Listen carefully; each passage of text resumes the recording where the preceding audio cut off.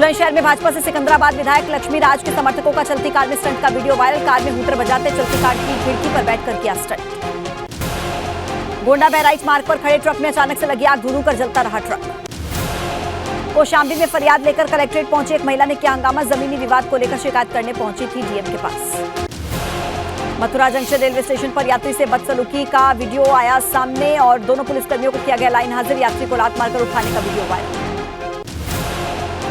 बस्ती में अधिकारियों की लापरवाही के चलते एएनएम सेंटर में धूल फांक रही एम्बुलेंस। एम्बुलेंस के बोनट पर सुखाए जा रहे जूते। करीब 15 लाख की नई एम्बुलेंस खड़े खड़े हो गई कबाड़। अलीगढ़ में बेजुबान की लाठी डंडे से पीट कर हत्या। कोतवाली क्षेत्र के भुजपुरा ठाकुर वाली गली का मामला। कुशीनगर में अज्ञात कारणों से खाना बनाते समय घर में लगी आग, 3 घर जलकर राख। अलीगढ़ में स्टेट बैंक की मुख्य शाखा में लगी भीषण आग। सिविल लाइंस थाना क्षेत्र के स्टेट बैंक तिराहा का मामला। बस्ती में बस और ट्रैक्टर ट्रॉली के बीच जोरदार टक्कर, 12 से ज्यादा लोग हादसे में घायल।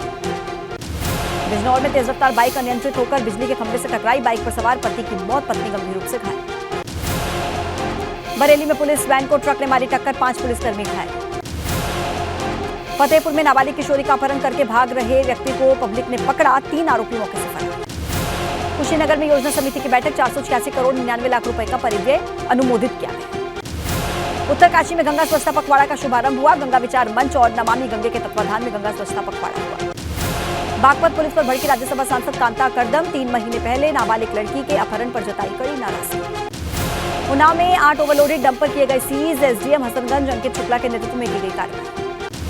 अलीगढ़ में हिंदू पति पर धन परिवर्तन का दबाव बनाने का मामला आया सामने। मुस्लिम समुदाय की युवती से हिंदू युवक ने 21 दिसंबर को किया था प्रेम। भदोही में अभिनेत्री आकांक्षा दुबे की सुसाइड केस में लोगों का फूटा गुस्सा। वाराणसी भदोही मार्ग पर लगाया जाम।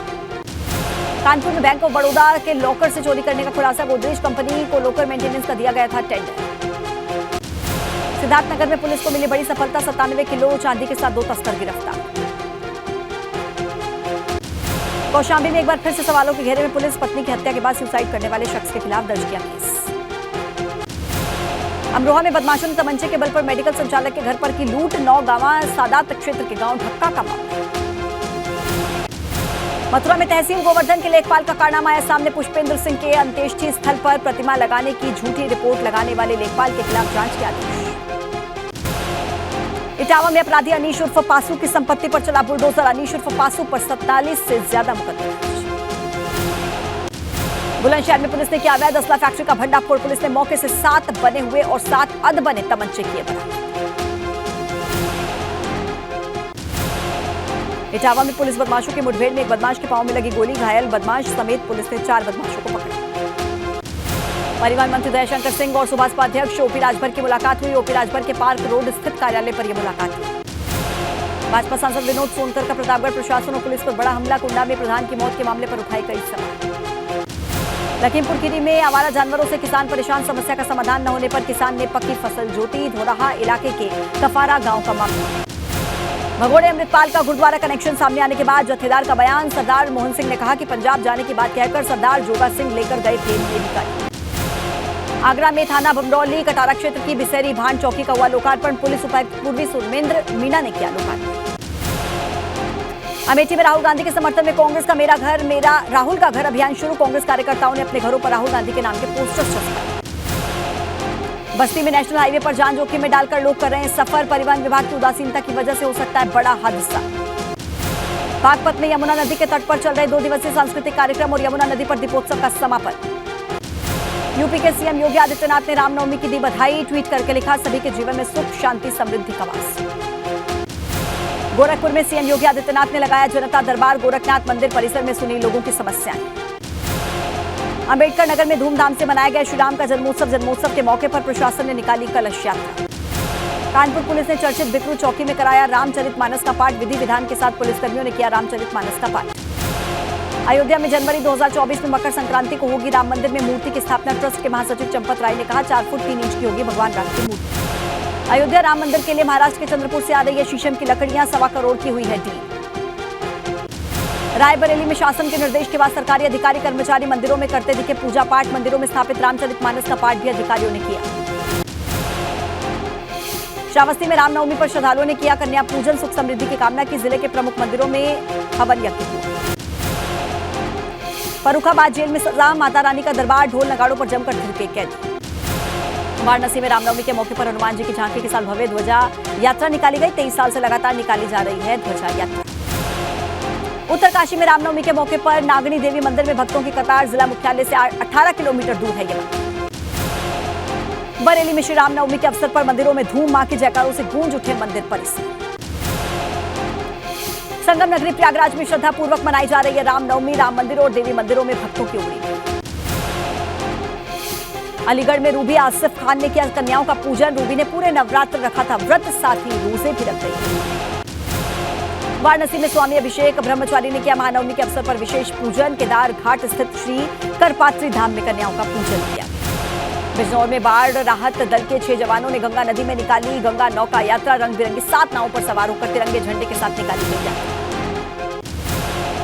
शहर की सरकार की तूफानी रेस शुरू हो चुकी है और सुप्रीम कोर्ट से हरी झंडी मिलने के बाद यूपी निकाय चुनाव में आरक्षण की लिस्ट भी अब आ चुकी है। यूपी के नगर विकास विभाग की तरफ से सभी 761 निकाय के लिए आरक्षण का फॉर्मूला जारी कर दिया गया है। ओबीसी आयोग की रिपोर्ट के आधार पर 17 नगर निगम, 200 नगर पालिका, 544 नगर पंचायत के अध्यक्ष पद के लिए नए सिरे से आरक्षण का ऐलान हुआ है, जिसके मुताबिक आगरा अनुसूचित जाति महिला, झांसी अनुसूचित जाति, मथुरा वृंदावन अनारक्षित, अलीगढ़ अनारक्षित, मेरठ पिछड़ा वर्ग, प्रयागराज अनारक्षित, अयोध्या अनारक्षित, सहारनपुर पिछड़ा वर्ग, मुरादाबाद अनारक्षित, फिरोजाबाद पिछड़ा वर्ग महिला, गाजियाबाद महिला, लखनऊ महिला, कानपुर महिला, गोरखपुर अनारक्षित, वाराणसी अनारक्षित, बरेली अनारक्षित, शाहजहांपुर पिछड़ा वर्ग महिला। नगर निगम आगरा का जो प्रस्तावित आरक्षण है वो एससी वुमन का है, झांसी का एससी का है जनरल, वृंदावन का अनरिजर्व मतलब अनारक्षित है, अलीगढ़ का अनारक्षित है, फिरोजाबाद का ओबीसी वुमन है। अब आरक्षण सूची जारी होने के बाद सबकी निगाहें चुनाव की तारीखों पर टिकी हैं, लेकिन उससे पहले आरक्षण सूची पर आपत्ति के लिए 7 दिन का समय होगा। आपत्ति दर्ज कराने का वक्त खत्म होने के बाद फाइनल लिस्ट आएगी। फाइनल लिस्ट के बाद चुनाव की तारीखों का ऐलान होगा। इसके बाद राज्य निर्वाचन आयोग तारीखों की घोषणा करेगा। माना जा रहा है कि अप्रैल के दूसरे हफ्ते में तारीखों का ऐलान हो सकता है और मई महीने में निकाय चुनाव सम्पन्न हो सकते हैं। भले ही अभी निकाय चुनाव की तारीखों का ऐलान न हुआ हो, लेकिन यूपी में ट्रिपल इंजन की सरकार बनाने के लिए भाजपा ने पूरी ताकत झोंक दी। पूरे दमखम के साथ भाजपा निकाय चुनाव की तैयारियों में जुटी है। तारीखों के ऐलान से पहले शहर की सत्ता पर काबिज होने के लिए रणनीति फाइनल हो चुकी है। इसी बीच भाजपा ने प्रदेश के छोटे सियासी दलों को साधने पर भी फोकस तेज कर दिया है। माना जा रहा है कि इसी सिलसिले में परिवहन मंत्री और सुभासपा अध्यक्ष ओपी राजभर के बीच चाय पर चर्चा हुई। और भाई हम लोग बगल के मैं विधायक हूँ, तो हम लोग मिलते रहते हैं, अपने ज़िले के बारे में, विकास के बारे में हम लोग आपस में चर्चा करते हैं। अभी इसके पहले 5-6 दिन पहले मिला था, मुलाकात होती रहती है। हम लोग एक ही जिले के रहने वाले हैं। दोनों ने मुलाकात पर खुलकर तो कुछ नहीं कहा, लेकिन सियासी गलियारों में ये मुलाकात चर्चा का विषय बन गई है। माना जा रहा है जनता पार्टी का हाईकमान का निर्णय होगा, वो एक पार्टी के अध्यक्ष हैं राजभर जी, किसको शामिल करना है किसको नहीं करना है, फिर मुख्यमंत्री का विवेक होता है। भाजपा ने छोटे दलों को साधने का प्लान बनाया। अलग अलग नेताओं को दी गई जिम्मेदारी। छोटे सियासी दलों को साधना मिशन 2024 की रणनीति। निकाय चुनाव, 2 सीटों पर उपचुनाव के लिए भी तैयारी। 96 सीट पर उपचुनाव में राजभर कैडर के वोट जरूरी। इसके अलावा भाजपा ने ओबीसी कार्ड चला है। ओबीसी वर्ग को साधने के लिए पोस्टर जारी कर हिस्सेदारी बताई है, जिसका मकसद कहीं न कहीं लोकसभा चुनाव के लिए जमीन तैयार करना भी है। यूपी में निकाय चुनाव की तारीखों का इंतजार सभी को बेसब्री से है, लेकिन उसके पहले ही सियासी दलों ने कमर कस ली है। बात भाजपा की अगर करें तो निकाय चुनाव के लिए भाजपा ने एक बड़ा प्लान तैयार किया है।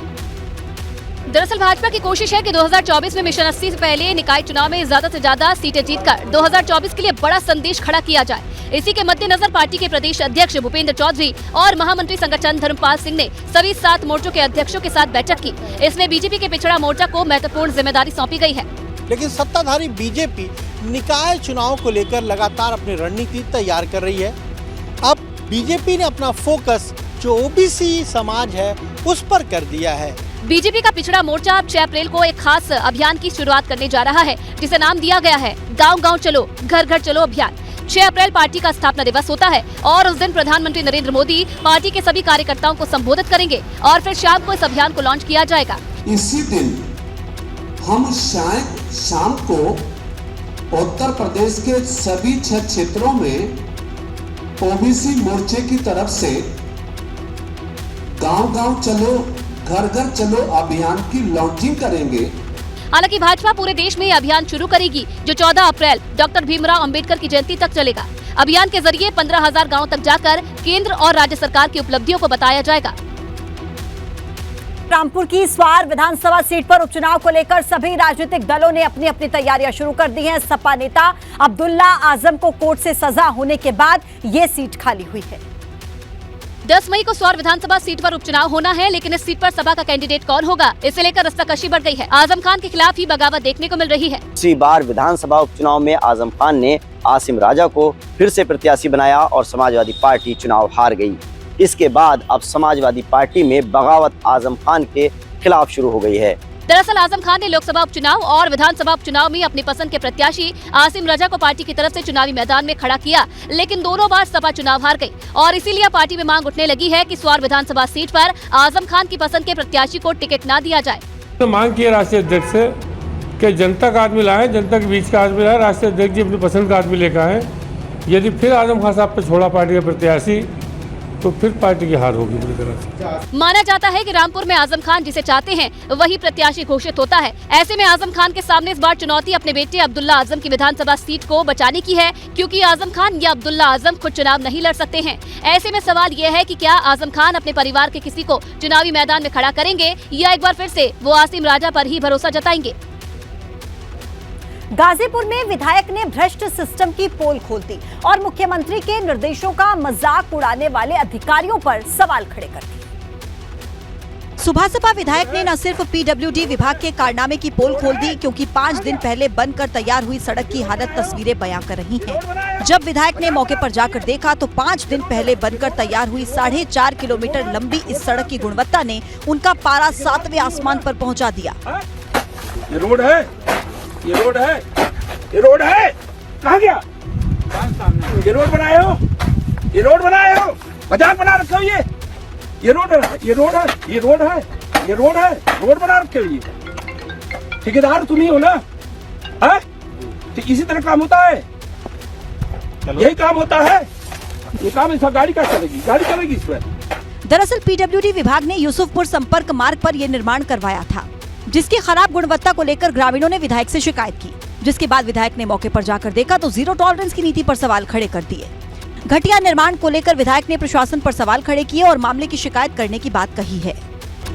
और वहीं उत्तर प्रदेश के कुछ जिलों में कोविड-19 के मामलों में हल्की बढ़ोतरी को देखते हुए योगी सरकार अब सतर्क हो चुकी है। राज्य सरकार ने प्रदेश के कोरोना के मामलों में आई तेजी के बाद सरकार ने अलर्ट जारी किया है।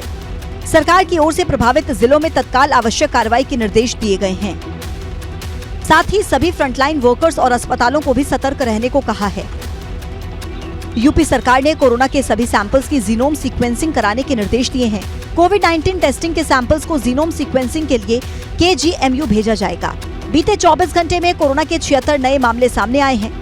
कोविड के सबसे ज्यादा केस वाले जिलों में गौतम बुद्ध नगर जहां 57 केस हैं, गाजियाबाद में 55 मामले, लखीमपुर खीरी से 44 केस, लखनऊ से 27 मामले, बिजनौर में 12, ललितपुर में 9 और सहारनपुर से 8 केस सामने आए हैं। इन जिलों में सरकार ने वर्तमान स्थिति पर नजर रखने को आवश्यक बताया है। इसी बीच यूपी के उप मुख्यमंत्री ब्रजेश पाठक ने लोगों को आश्वस्त किया कि सरकार की तैयारी पूरी है। अभी उत्तर प्रदेश में बहुत स्थितियां नियंत्रण में हैं। आगरा, लखनऊ, गाजियाबाद और नोएडा, ये 4 जिले ऐसे हैं जहां कोरोना प्रारंभ से ही अधिक रहा है। राज्य सरकार ने मामलों की गंभीरता को देखते हुए तत्काल डेडिकेटेड चिकित्सालय वार्ड एक्टिव किए जाने की व्यवस्था सुनिश्चित करने को कहा है। रामनवमी के मौके पर केंद्रीय गृह मंत्री अमित शाह एक दिन के उत्तराखंड दौरे पर रहे। यहाँ अमित शाह ने गुरुकुल कांगड़ी विश्वविद्यालय के 113वें दीक्षांत समारोह में शिरकत की और छात्रों को संबोधित करते हुए अयोध्या में बन रहे राम मंदिर का जिक्र किया कि अगली रामनवमी में प्रभु श्री राम अपने भव्य मंदिर के अंदर अयोध्या में विराजित हो। इसके अलावा अमित शाह ने ऋषिकुल मैदान में सहकारिता विभाग से जुड़ी कई योजनाओं के डिजिटलाइजेशन की सौगात दी, जिसमें 98 जन सुविधा केंद्र और 95 जन औषधि केंद्र शामिल हैं। इस दौरान अमित शाह ने सरकार की उपलब्धियों की चर्चा की। नरेंद्र मोदी जी ने देश के गौरव को बढ़ाने का काम किया है। वहीं अपने 1 दिवसीय दौरे पर केंद्रीय मंत्री अमित शाह पतंजलि योगपीठ भी पहुंचे, जहां उन्होंने बाबा रामदेव के संन्यास दीक्षा समारोह का समापन किया और यज्ञ करते नजर आए। इस मौके पर सीएम धामी के अलावा बाबा रामदेव और आचार्य बालकृष्ण भी मौजूद रहे।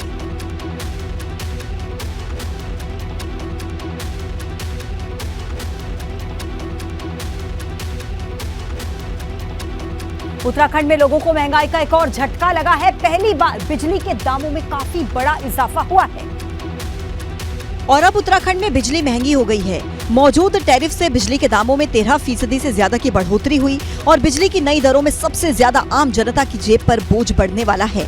2023-24 के लिए नए बिजली टैरिफ प्लान के मुताबिक घरेलू उपभोक्ताओं के लिए बिजली महंगी हुई है। 100 यूनिट तक 25 पैसे प्रति यूनिट के हिसाब से दाम बढ़े, जबकि डोमेस्टिक कंज्यूमर के लिए अधिकतम 40 पैसे प्रति यूनिट के दाम बढ़ेंगे। वहीं कमर्शियल कंज्यूमर के लिए 30 से लेकर 80 पैसे प्रति यूनिट के दाम बढ़े हैं।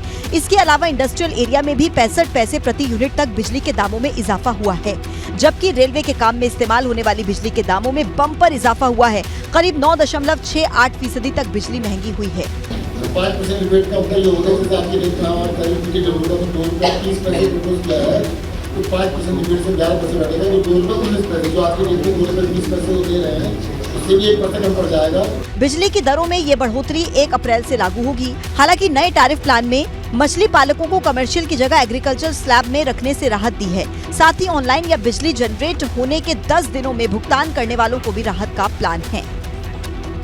भोजपुरी फिल्म अभिनेत्री आकांक्षा दुबे की मौत की गुत्थी उलझती ही जा रही है। अब इस मामले में आकांक्षा की मां ने सीएम योगी से इंसाफ की गुहार लगाते हुए सीबीआई जांच की मांग की। रोती बिलखती और छाती पीटती ये महिला भोजपुरी फिल्म अभिनेत्री आकांक्षा दुबे की मां है, जिन्हें अपनी बेटी की मौत का सदमा लगा है। आकांक्षा की मौत को उनके परिजन सुसाइड मानने को तैयार नहीं, लिहाजा आकांक्षा दुबे की मां ने इस पूरे मामले की सीबीआई से जांच कराने की मांग की है। मेरी रनिया को कोई केस है, आरोपी अभी खुला घूम रहा है। किससे आप जांच चाहती हैं? कौन जांच करे इसमें? सीबीआई जांच चाहिए मुझे, सीबीआई जांच चाहिए मुझे। आकांक्षा दुबे के परिवार वालों का आरोप है कि उनकी बेटी की हत्या की गई है। माता पिता ने प्रोड्यूसर समर और संजय सिंह की भूमिका को कटघरे में खड़ा किया। समर सिंह का मैन वही है, उसका भाई, दोनों जन मिल के मारे उसको। क्या चाहते हैं, क्या होगा? अब हमको फैसला चाहिए और उसको फांसी की सजा फांसी दिया जाएगा। दरअसल 26 मार्च को एक्ट्रेस आकांक्षा दुबे को वाराणसी के एक होटल में मृत पाया गया था। इस पूरे मामले को खुदकुशी से जोड़कर देखा गया, लेकिन परिवार वाले लगातार हत्या का शक जता रहे हैं। आकांक्षा की पोस्टमार्टम रिपोर्ट में भी आकांक्षा की मौत फंदे से लटककर बताई गई है और शरीर पर किसी तरह के चोट के निशान की पुष्टि नहीं की गई है। इन दिनों लखनऊ से दिल्ली तक यूपी पुलिस के नए मुखिया को लेकर चर्चाएं तेज है। सवाल ये है कि यूपी का अब नया डीजीपी कौन होगा? क्योंकि 31 मार्च को यूपी के कार्यवाहक डीजीपी डीएस चौहान का रिटायरमेंट होना है, ऐसे में सभी की निगाहें नए डीजीपी की तरफ लगी है। कहा जा रहा है कि डीएस चौहान को सेवा विस्तार मिलने की उम्मीद कम, सेवा विस्तार का प्रस्ताव नहीं भेजे जाने की भी चर्चा। वरिष्ठता में डीजीपी रह चुके आईपीएस मुकुल गोयल टॉप पर। 1987 बैच के आईपीएस मुकुल गोयल को लेकर उम्मीद नहीं। 1988 बैच के आईपीएस आनंद और विजय कुमार का नाम सबसे आगे। 2024 तक है आईपीएस मुकुल आनंद विजय का कार्यकाल। 1989 बैच के आईपीएस आशीष गुप्ता भी लाइन में है। 1990 बैच के बीके मौर्य, रेणुका और एसएन सावत का नाम भी। नए डीजीपी की तैनाती तक ADG law and order Prashant Kumar संभालेंगे चार्ज। माननीय मुख्यमंत्री जी उन 3 नामों में से छांटते हैं, क्योंकि यूपीएससी में तो कभी कभी और ज़्यादा भी नाम चले जाते हैं, 10 भी भेजे जा सकते हैं, कभी कभी ज़्यादा भी भेजे जाने की बातें हुई हैं। दरअसल डीएस चौहान सिर्फ यूपी के डीजीपी ही नहीं बल्कि डीजी इंटेलिजेंस और डीजी विजिलेंस का पद भी संभाल रहे हैं। चर्चा है कि डीएस चौहान को केंद्र की तर्ज पर राष्ट्रीय सुरक्षा सलाहकार की जगह यूपी में राज्य सुरक्षा सलाहकार बनाया जा सकता है। चर्चा है वो यही है कि रिटायर कर रहे हैं और शायद कोई पोस्ट गवर्नमेंट में ही राज्य सुरक्षा सलाहकार वगैरह की कोई पद क्रिएट किया जाए शायद, तो अच्छा है, बहुत एक्सपीरियंस्ड ऑफिसर हैं।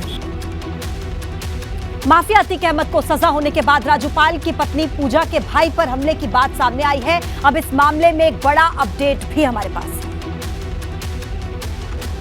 प्रयागराज पुलिस ने घटनास्थल का सीसीटीवी फुटेज जारी किया है, जिसमें सफेद कमीज पहने एक शख्स सड़क पर एक पटाखा रखने के बाद उसे आग लगाता है और फिर वापस चला जाता है। अब इस सीसीटीवी के आधार पर पुलिस का दावा है कि वहां बमबाजी नहीं हुई थी बल्कि पटाखे फोड़े गए थे।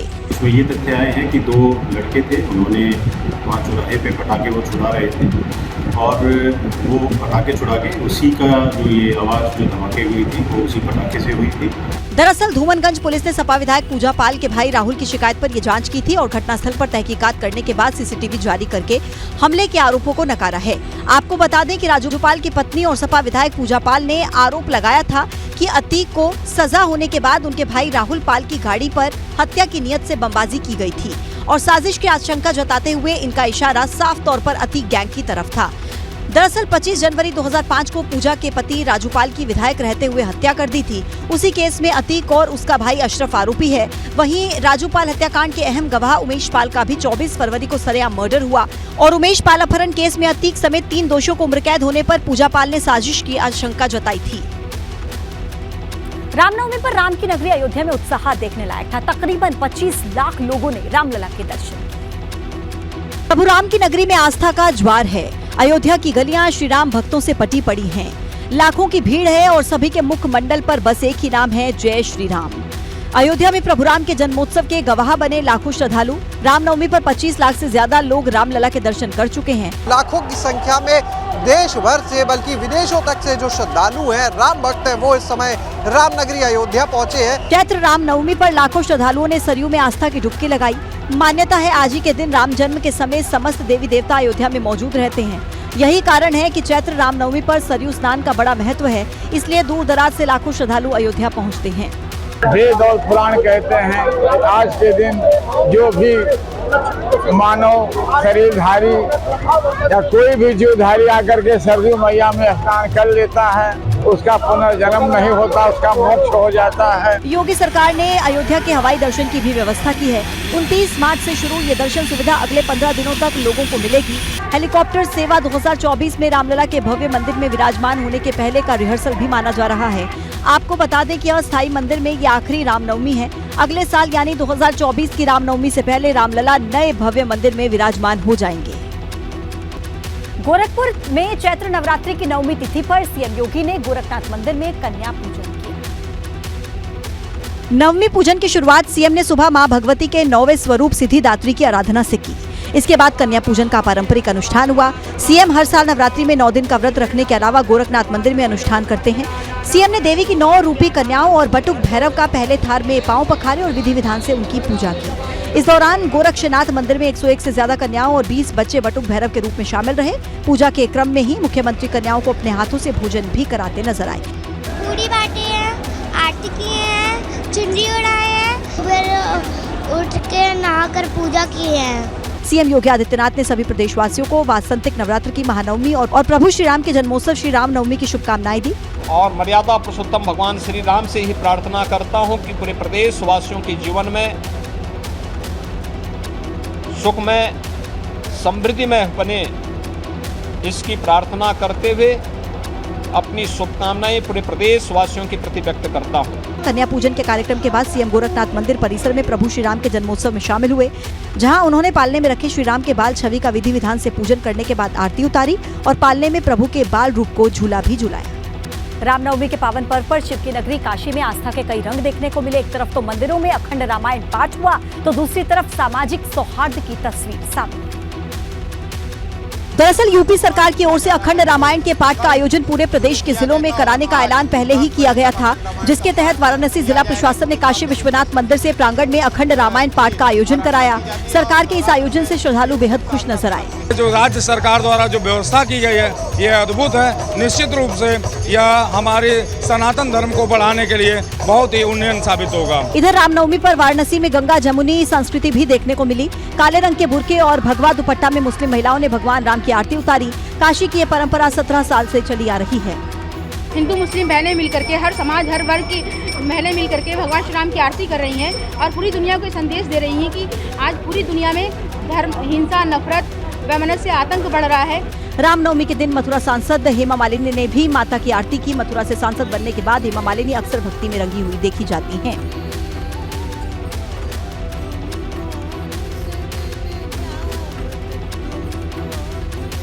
लेकिन एक तरफ तो देश में रामनवमी की धूम है और दूसरी तरफ 2 अलग अलग हादसों ने देश में उत्सव के माहौल को गम में बदल दिया। मध्य प्रदेश के इंदौर में रामनवमी पर बड़ा हादसा हो गया, जहां बेलेश्वर महादेव मंदिर के कुएं में बनी छत धंस गई, जिस वजह से करीब 20 से 25 लोग कुएं में गिर गए। हादसे और भगदड़ की वजह से अब तक 13 लोगों की मौत हो चुकी है, जिसमें से 19 लोगों का रेस्क्यू किया जा चुका है, जबकि बाकी लोगों को बचाने के लिए रेस्क्यू ऑपरेशन जारी है। मध्य प्रदेश के मुख्यमंत्री शिवराज सिंह चौहान ने बेलेश्वर महादेव मंदिर में हुई घटना पर संज्ञान लिया। सीएम दफ्तर लगातार इंदौर जिला प्रशासन के संपर्क में है। सीएम ने इंदौर की घटना को दुर्भाग्यपूर्ण बताया है और हादसे से प्रभावित लोगों के लिए मुआवजे का ऐलान किया है। 5 लाख रुपए की राशि, राहत की राशि देंगे जो घायल हैं उनको 50-50 हज़ार रुपया हम अलग से दे रहे हैं। संपूर्ण इलाज की व्यवस्था निःशुल्क। हादसे की गंभीरता को देखते हुए एनडीआरएफ की टीम मौके पर पहुंच गई है। तो आंध्र प्रदेश के पश्चिमी गोदावरी जिले में रामनवमी पर बड़ा हादसा होने से बच गया। यहाँ वेणुगोपाल मंदिर परिसर में रामनवमी के लिए बनाए गए पंडाल में शॉर्ट सर्किट के बाद भीषण आग लग गई। हालांकि वक्त रहते श्रद्धालुओं को मंदिर से बाहर निकाला गया और इस हादसे में किसी के घायल होने की सूचना नहीं है। मंदिर के आसपास के इलाके में लोगों की आवाजाही को रोक दिया गया है।